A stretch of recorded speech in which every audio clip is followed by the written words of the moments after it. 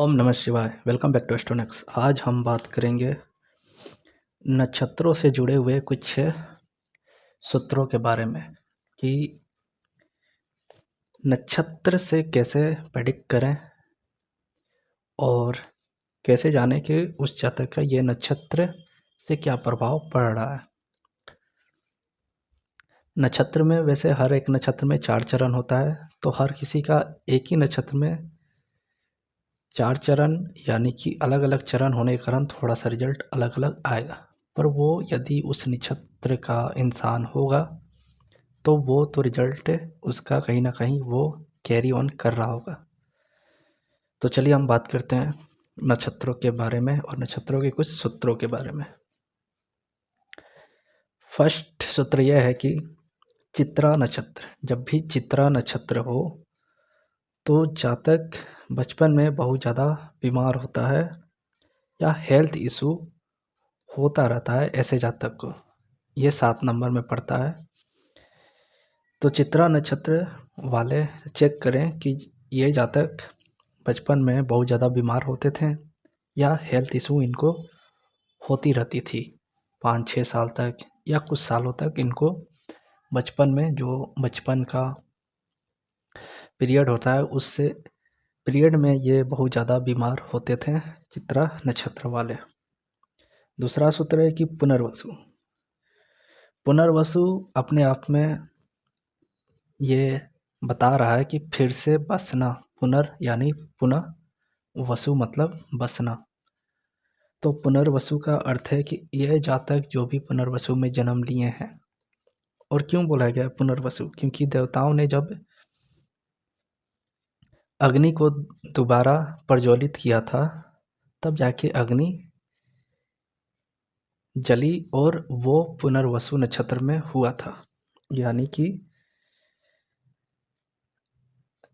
आप यदि किसी कार्य को कर रहे हैं और वो कार्य यदि एक बार में ना होके दोबारा हो, या वही कार्य दोबारा से करना पड़े, या कोई और कार्य करना पड़ जाए, यानी फिर से सारे काम को ख़त्म करके दूसरा काम को स्टार्ट करना पुनर्वसु है।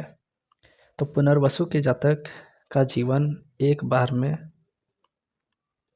सारा का सारा जो उनका जीवन लाइफ स्टाइल चल रहा होता है वो रुक जाता है और फिर से इनका जीवन रीस्टार्ट होता है, लाइफ फिर से रीस्टार्ट होती है। तो पुनर्वसु वाले ये नोट करें, क्या ऐसे जातक जिनका जीवन एक बार फिर से स्टार्ट होता है,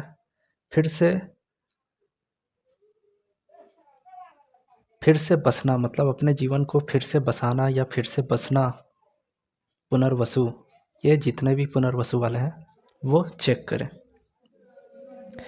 थर्ड सूत्र है कि पुष्य। पुष्य नक्षत्र। पुष्य नक्षत्र की खासियत है कि ये ऐसा नक्षत्र है जो कि बहुत ही शुभ नक्षत्र है और इसमें कोई भी ग्रह अच्छा या खराब का होना 2 या 3 बार रिपीट कर देता है। इसीलिए बहुत सारे लोग ये भी पूछते रहते हैं कि शनि के 2 नक्षत्र में तो शादी होती है, पुष्य में क्यों नहीं होती? क्योंकि पुष्य नक्षत्र इतना शुभ नक्षत्र है कि वो कोई भी घटना को 2 से 3 बार करा देता है, और 2 से 3 बार करा देना शादी का ये अच्छा नहीं है। तो इसलिए शनि का ये नक्षत्र वेद है और इस नक्षत्र में शादी नहीं होती कि आप कहीं ना कहीं 2 से 3 बार शादी ना कर लें। तो पुष्य नक्षत्र वाले उनका जो भी ग्रह उसमें बैठा है वो अपना चेक करें। जैसे कि लाल किताब शुक्र 4 वाले को बोल देता है कि 2 बार शादी करें अपने स्पाउस से नाम चेंज करके, यानी दोबारा शादी करें। क्यों बोलता है? क्योंकि वो समझ रहा है कि ये पुष्य नक्षत्र कहीं ना कहीं उसको टच करेगा, तो ये जातक का अलगाव कराएगा या 2 शादी कराएगा। उससे अच्छा है कि वो अपने स्पाउस से ही दोबारा शादी कर ले। तो पुष्य नक्षत्र में जो भी ग्रह है, शुक्र है तो शादी, शनि है तो कार्य, और बुध है तो एजुकेशन। यानी कोई ना कोई ऐसा होता है, मतलब कोई ना कोई ग्रह के आने से वो कार्य आपका 2 से 3 बार में हो जाएगा। इसीलिए पुष्य नक्षत्र में ज़्यादातर लोग बोलते हैं कि ज्वेलरी किनने या कोई वाहन घर खरीदें कि आपको दोबारा चांस मिले, या पुष्य नक्षत्र में पढ़ना स्टार्ट कर दें कि आप 2 से 3 बार पढ़ें या पढ़ाना स्टार्ट करें कि आपके पास वही क्लासेज 2 से 3 बार हो। तो पुष्य नक्षत्र की ये बात है कि पुष्य नक्षत्र वाले ये अपना चेक करें कि उसमें जो भी ग्रह हो, चंद्र है तो उसका वो नक्षत्र हो गया, और शुक्र है या जुपिटर है या शनि है तो वो उस ग्रह से रिलेटेड क्या 2 बार या 3 बार, 2 बार या 3 बार।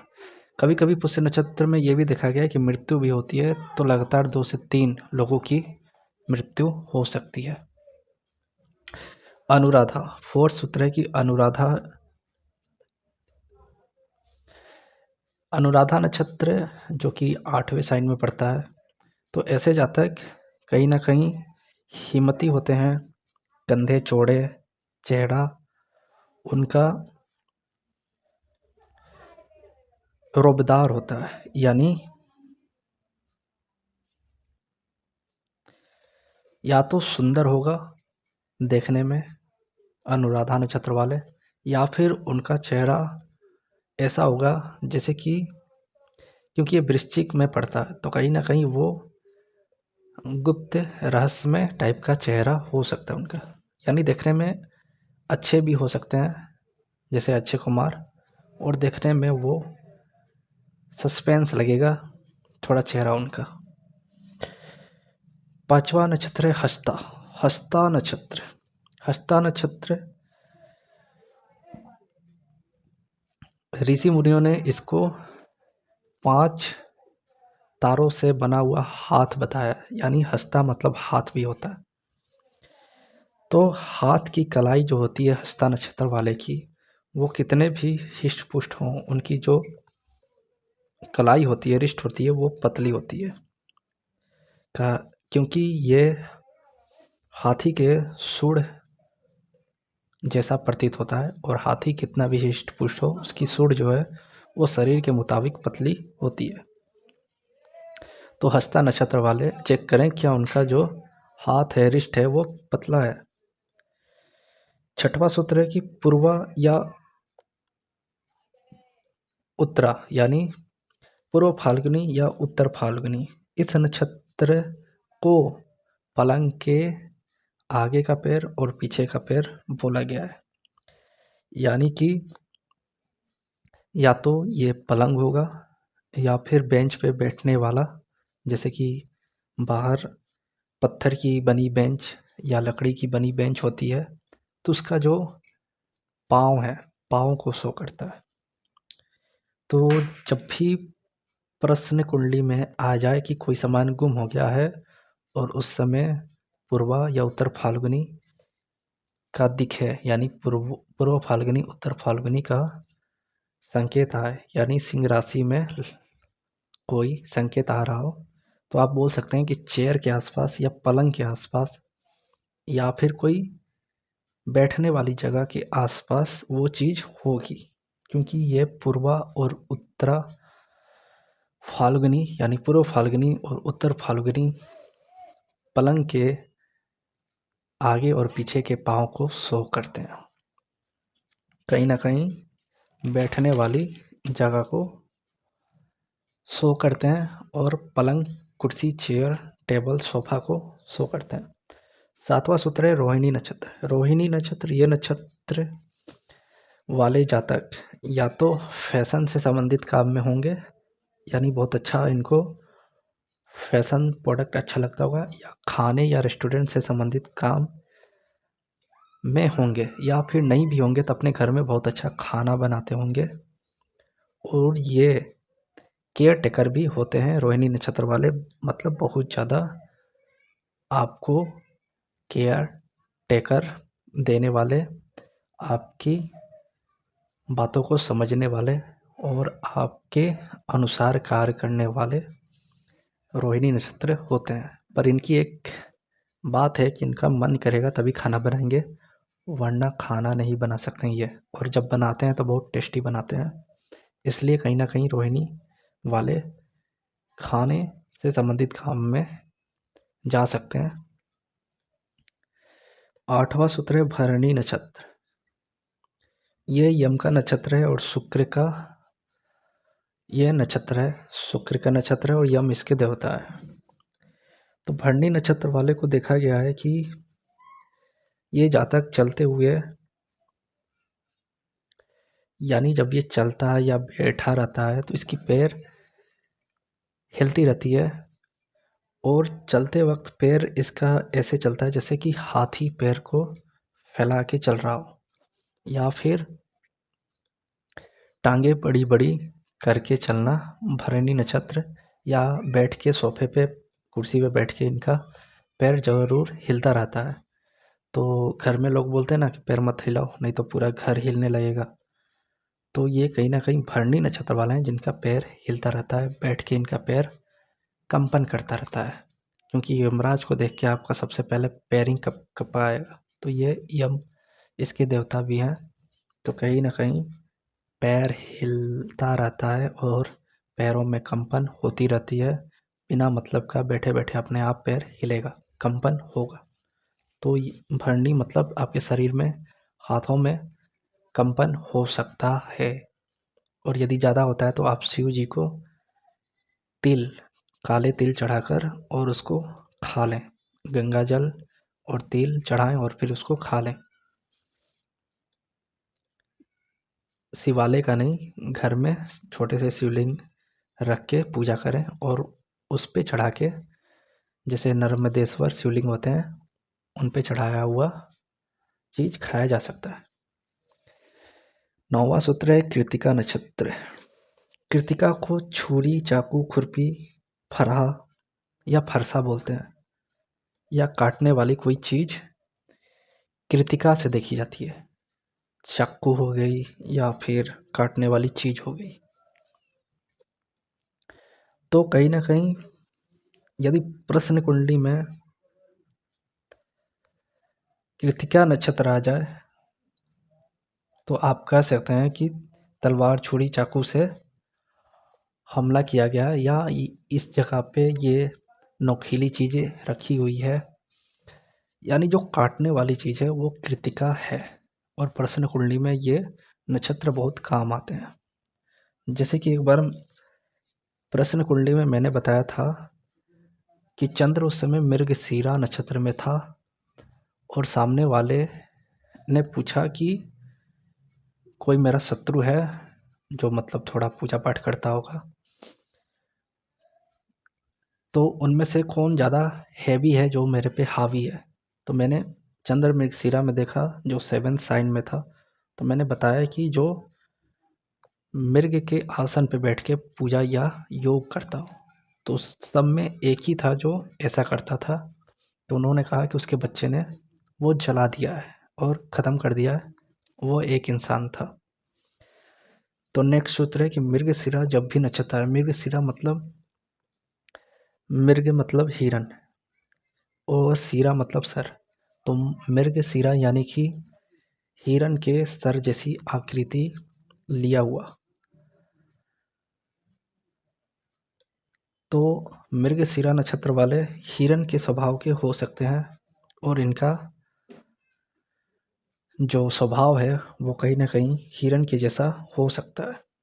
तो मृगशिरा वाले रिलेशनशिप बनाने के लिए अपने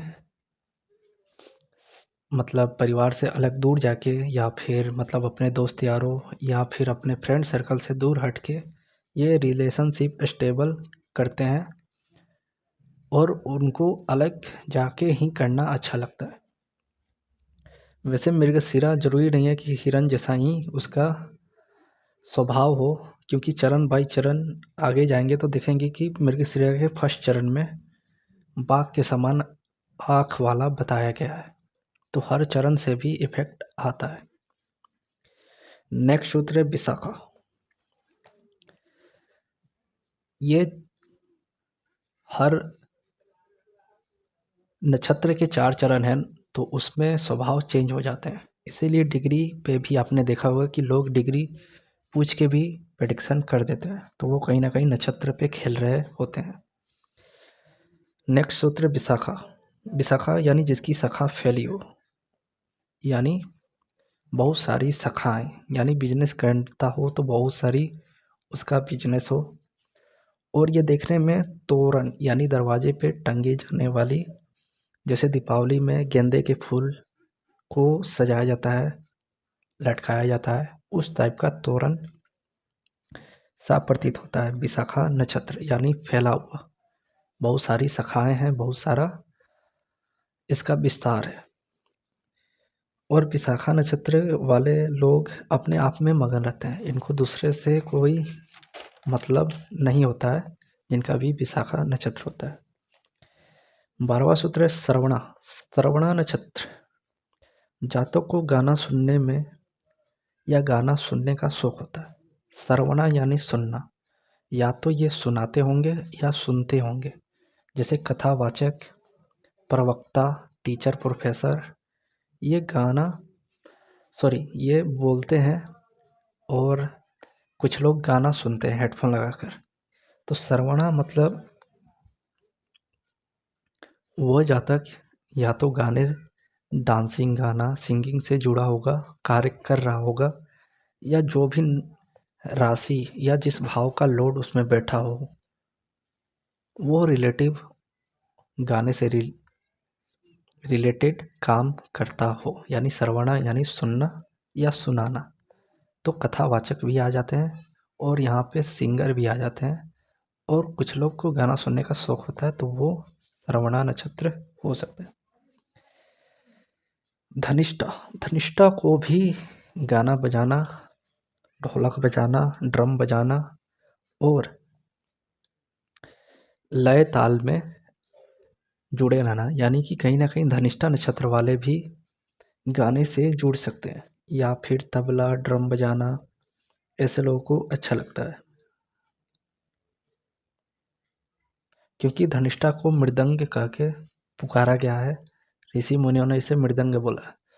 तो कहीं ना कहीं जो ये झाल हो गए, ड्रम हो गया, तबला हो गया, ये सारे चीज़ कहीं ना कहीं धनिष्ठा से देखे जाते हैं। तो ये जातक भी कहीं ना कहीं इस लाइन से जुड़े हो सकते हैं, या इनको इंटरेस्ट आता हो।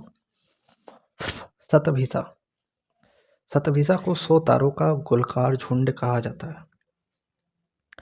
और शतभिषा यानी 100 चिकित्सा, शतभिषक, शतभिषक यानी 100 चिकित्सा या 100 औषधि और 100 उपचार करता, यानी कहीं ना कहीं शतभिषा वाले भी मेडिकल लाइन, चिकित्सक लाइन, या किसी को हेल्प करने या फिर उनको चिकित्सा से उपचार या उनको दवा से उपचार करने वाले शतभिषा नक्षत्र वाले हो सकते हैं। तो कहीं ना कहीं शतभिषा नक्षत्र वाले चिकित्सा से जुड़े हुए कार्य करते हैं या कर सकते हैं, या उनका इंटरेस्ट हो। अश्विनी, अश्विनी नक्षत्र को 2 अश्व, यानी कि अश्विन कुमार जो सूर्य के पुत्र हैं, वो 2 घोड़े से संबंधित अश्विनी नक्षत्र को दिखाया गया है। और ऐसे लोग भी दवा या औषधि, घुड़सवारी या नर्स सेवा प्रदान करना, अश्विनी नक्षत्र वाले सेवा का कार्य कर सकते हैं। वो डॉक्टर, चिकित्सक, नर्स, या फिर कोई ना कोई ऐसे कार्य जिसमें हिम्मत दिखाना हो, क्योंकि ये मेष राशि है, मंगल का राशि है, यानी अश्विनी वाले कहीं ना कहीं या तो किसी की हेल्प करते हैं, या दवा औषधि का कार्य करते हैं, या नर्स का काम करते हैं, या फिर घुड़सवारी, या ऐसे कार्य जो ऊंचाई से किए जाने वाले, यानी कि पहाड़ों पे चढ़ना, या पहाड़ों से, या फिर एरोप्लेन से हवा में स्विमिंग करना, या जो भी होता है तैरना या कूदना, वो अश्विनी नक्षत्र वाले ही करते हैं। और अश्विनी नक्षत्र का जो 3rd चरण है, वो बहुत ज़्यादा ऐसे कार्य करते हैं, वो ऊंचाइयों से कूद जाते हैं, उनको डर नहीं लगता है। रेवती नक्षत्र, रेवती का अर्थ है कल्याण। और किसी पुस्तक में ये वर्णन किया गया है कि नारायण यानी भगवान विष्णु मत्स्य रूप में यानी मत्स्य का रूप धारण कर वासुकी नाग की डोर को अपने सिंग से बांधकर सृष्टि के प्रारंभ होने तक नौका और ऋषियों की रक्षा करते हैं, यानी नौका डूबने नहीं देते। यानी जब प्रलय होता है उस समय भगवान नारायण विष्णु जो अच्छे लोग हैं, महान संत पुरुष लोग हैं, उनको बचा के और वो कलयुग से सतयुग में ले जाते हैं, उनकी नौका डूबने नहीं देते। इसलिए रेवती को कल्याणकारी नक्षत्र बोला गया है। और ये लास्ट नक्षत्र भी है, मोक्ष का भी नक्षत्र है, या एक युग से दूसरे युग में जाने का भी नक्षत्र है। तो ये कुछ नक्षत्र पे थी कुछ बातें। और भी यदि नक्षत्र से संबंधित कुछ सूत्र मिलेंगे तो मैं लेके हाजिर होऊंगा। तब तक बताएं क्या ये मैच कर रहा है या नहीं। तब तक के लिए धन्यवाद।